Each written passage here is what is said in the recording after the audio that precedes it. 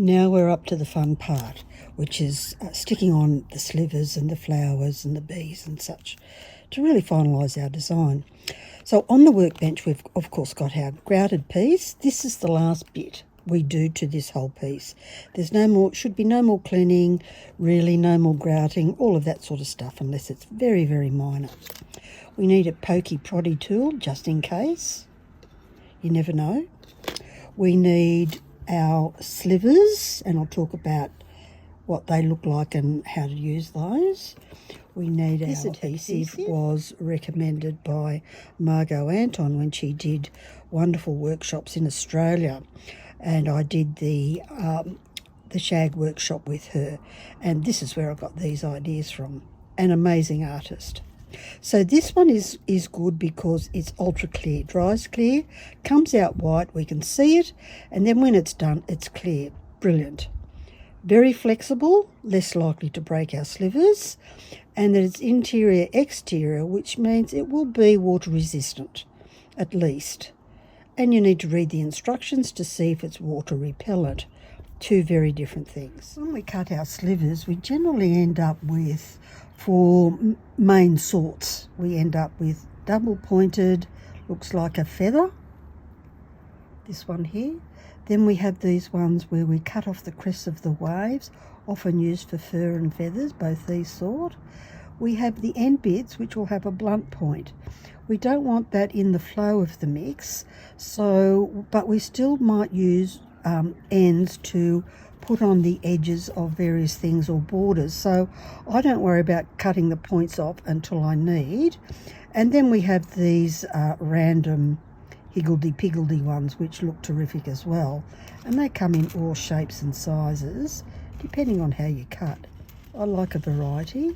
Here I've got a mix of textures and a slight mix of colours, so that gives us some interest as we build this rather than just have a single colour unless that's what we want. So I've sorted out my pile of slivers into, I've picked out these two sorts from both lots of colours, or the two colours, and that's what we'll start with.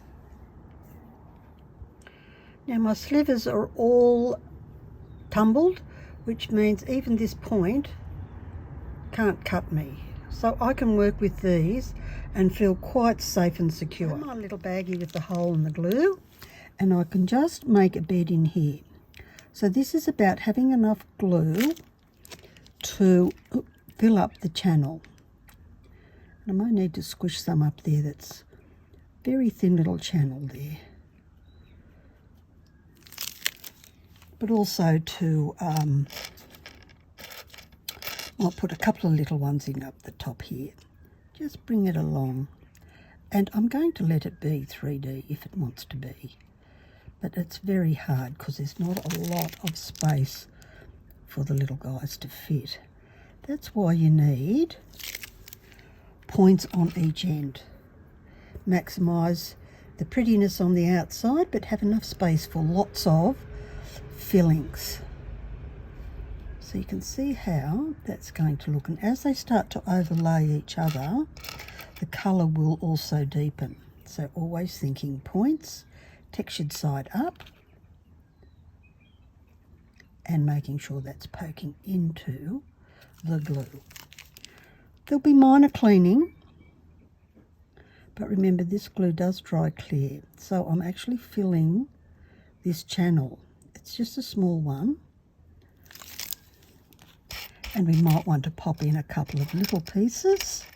That piece is probably a bit too big. Let me take that out. That's the beauty of it. I can stick it down here while I find some smaller pieces to be a better fit up here. And probably small and skinny. And then I'll just continue on in that fashion all the way down to here. But make sure this is nice and thick and healthy looking.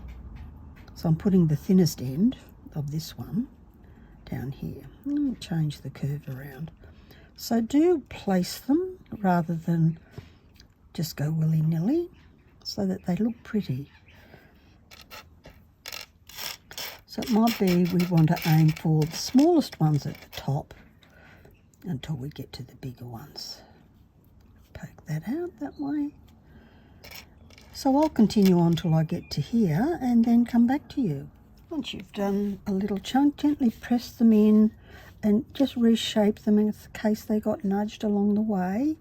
And if there are any gaps, find the skinniest piece to stick in the gap. So there would be a gap, but I'm putting flowers here, so we'll just hang on a bit for that. Making sure that no 2 points are in the same position. It might be that I'll slide some underneath, but I think that's looking like really pretty with this grout.